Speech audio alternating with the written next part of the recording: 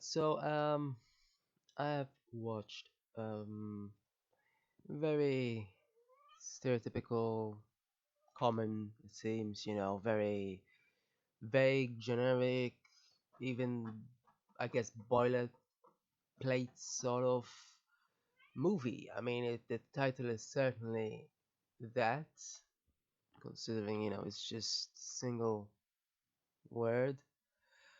Um, it's called S.W.A.T. Simply it, and it depicts the Um, I'm not sure if they were as infamous back in when this movie was made, or even back when the series was made. They're certainly much more infamous now with all the random raids they do. So I mean, the movie is close to propaganda. I mean, ultimately, it's still, at least they still have the guts to depict a a former SWAT member as being the villain and such, and not some even worse stereotypical thing, you know. But it's still very gung ho and such, obviously, as it would be. Um, Now, I got to admit the ending wasn't too bad. I've never personally seen a thing that I can remember, although these action sort of movies all sort of blend to one another. Honestly, they're quite similar usually. Um, but I don't remember at least another one where a truck vehicle and an earthly vehicle of some kind stops a plane. That's quite interesting, I suppose. So with regards to the ending, it was sort of impressive, up to that point, though, I mean, to get there was quite boring, in my opinion. I mean, there were a lot of really, things that just make you think. I mean, what? Why is this here? Why this? Why did they say this? What nonsense is this and such? It's very, very strange. Like they didn't need to do that. Even though the training was sort of boring, really, at least it was training. So I mean, it's realistic. It's what they do, as opposed to, oh, let's use this drill to drill into a house and let's call it whatever, and I'm going to copyright it. Like, seriously? Do they honestly do that in real life? Oh no, of course not. They only do that for a movie, of course. Huh. So yeah, it's fairly artificial on many counts, but on the other hand, it still depicts what it presumably does depict, as per the title, what it's supposed to be about. But on the other hand, it's still very, very. I mean, I'm unimpressed, honestly. People seem to have given it quite the high average rating, which is kind of ridiculous in my opinion. But then again, people do, I suppose, give average ratings to many so-called action films. I suppose. I mean, it's not that high, so it's I'm not that bothered. It's 6 on average here by 136,000. That is.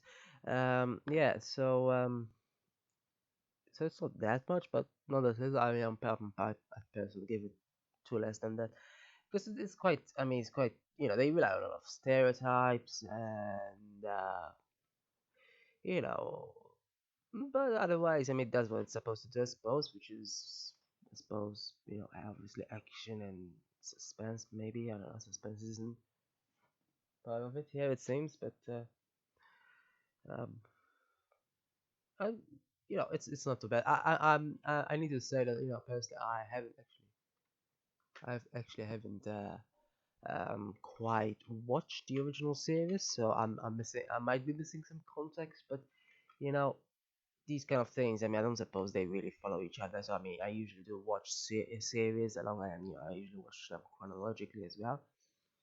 Kind of like and even when I make mistakes, like with the I forgot what it was called. The trilogy that has Yeah, of the three mothers, the so-called three mothers. It's been quite a while ago now, months ago. I began by watching the second one though, and so that's kind of annoying. Then I ended up going, obviously first one and then third one. But so I usually do finish series, but when it comes to this, I mean, obviously the series and the film will obviously be the exact thing. But it's just I'm and also I doubt that it's going to have so much follow up either. Either way, I mean, I can always just rewatch the movie if I ever want to watch the series, so that's pretty easy. But otherwise, I'm not really. I don't really care about any more of this sort of action sort of thing. It's not that impressive. I mean, alright, the ending was sort of impressive, but none of it leading up to that was. So, if the series would have most of that, and the kind of ending being rarer, I don't think it'd be very interesting. Um, the fact there were a lot of stereotypes and eh, it's sort of very much lowbrow, really. Uh, I really wasn't impressed whatsoever. So it is whatever it is, really. I mean, I've seen better action films as well. If you compare, action. I don't know why I suddenly have this movie in my mind, but